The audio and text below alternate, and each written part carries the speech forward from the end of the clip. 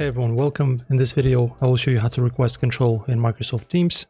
So guys, in order to be able to do this, make sure to download the Windows application. Do not try doing this from your browser.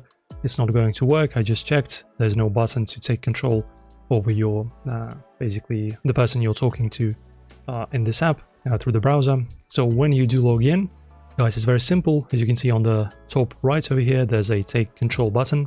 Press on it. So in order to take control, you need to request control. The person you're speaking with, either you're in a team call or just a one-on-one call, that person has to first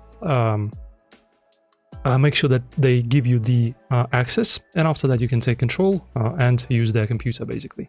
So press on take control, then request. Now my friend over here will accept the request, and I will have two mice. As you can see, I have two mice.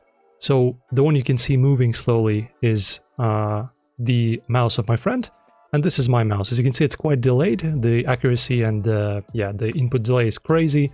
But for example, you can type in YouTube, and as you can see, we will have basically the full functionality.